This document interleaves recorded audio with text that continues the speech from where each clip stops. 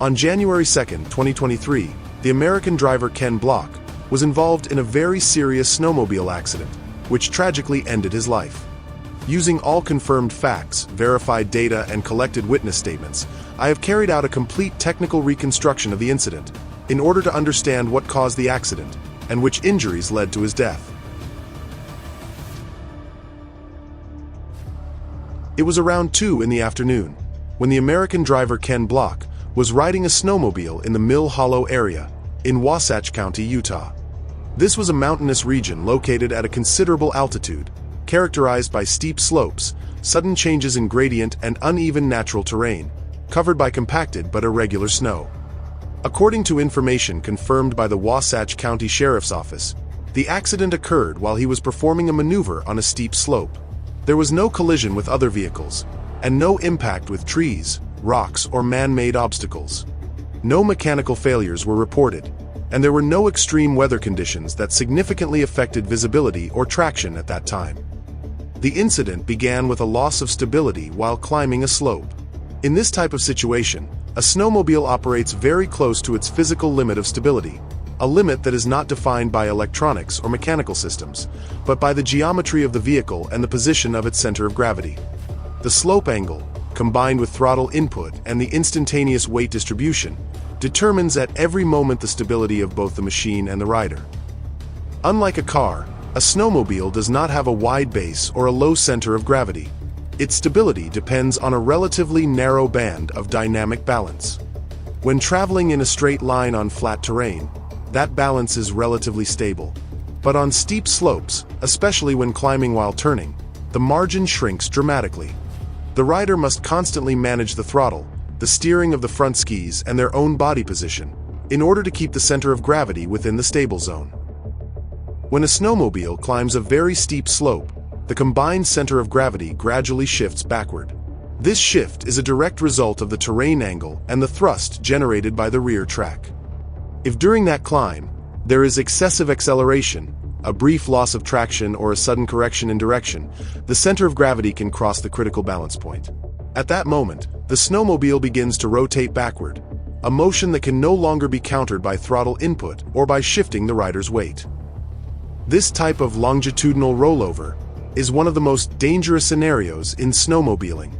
Unlike other vehicles, there is no electronic system that limits front lift, and no protective structure to shield the rider during the rotation. The front of the vehicle rises, and the machine begins to rotate rapidly around its rear axis. At that point, gravity and inertia turn that motion into an irreversible process. The reaction window in these situations is almost non-existent. The time between the effective loss of stability and the final impact, T, is often less than 2 seconds. In that interval, the rider has no physical ability to separate from the vehicle, jump away in a controlled manner, or position themselves to avoid contact. Any attempted reaction comes too late. The snowmobile continues its motion, driven by gravity and by the kinetic energy accumulated during the maneuver. The mass of a modern snowmobile is typically close to 650 pounds, depending on the model and equipment. To that mass, we must add the weight of the fuel, the rider, and any additional accessories. During the rollover, that mass did not fall passively, but was accelerated by the slope and by the vehicle's speed at the moment stability was lost. The result was a high-energy impact, concentrated on a relatively small area of the body. Block's body became trapped beneath the snowmobile and partially compressed against the ground. The structure of the vehicle focused its entire weight onto specific points, such as the chassis, the engine area, and the suspension, transmitting extremely high forces to several vital anatomical regions.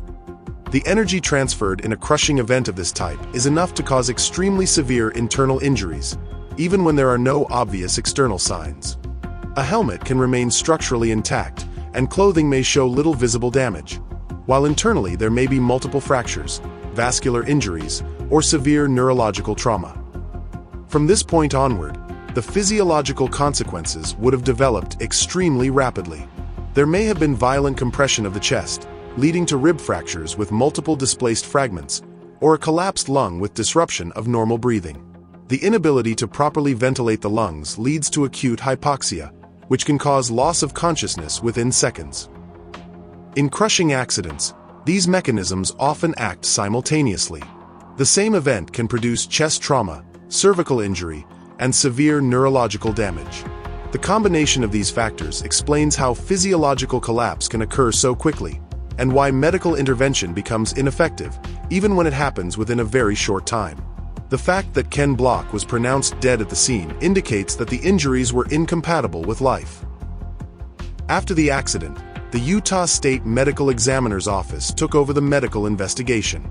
This agency is responsible for determining the official cause of death through forensic examination of the body, although in this case the detailed autopsy results were not made public. However, the absence of detailed public information does not mean that nothing is known. Several experts and forensic physicians who reviewed the case have pointed to either severe chest trauma or a critical cervical injury as the most likely causes of death.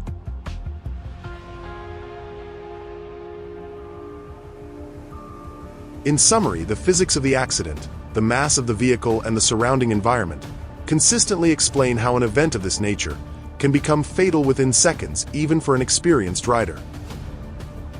And with that, we conclude this reconstruction of the accident.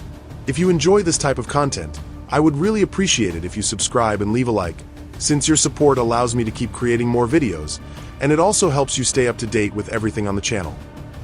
Before I go, I would love to hear your opinion in the comments, and know whether you think this was simply a tragic accident, or if it was the result of a risky decision by Ken Block himself. Thank you for watching. I'll be reading your comments, and I'll see you in the next video.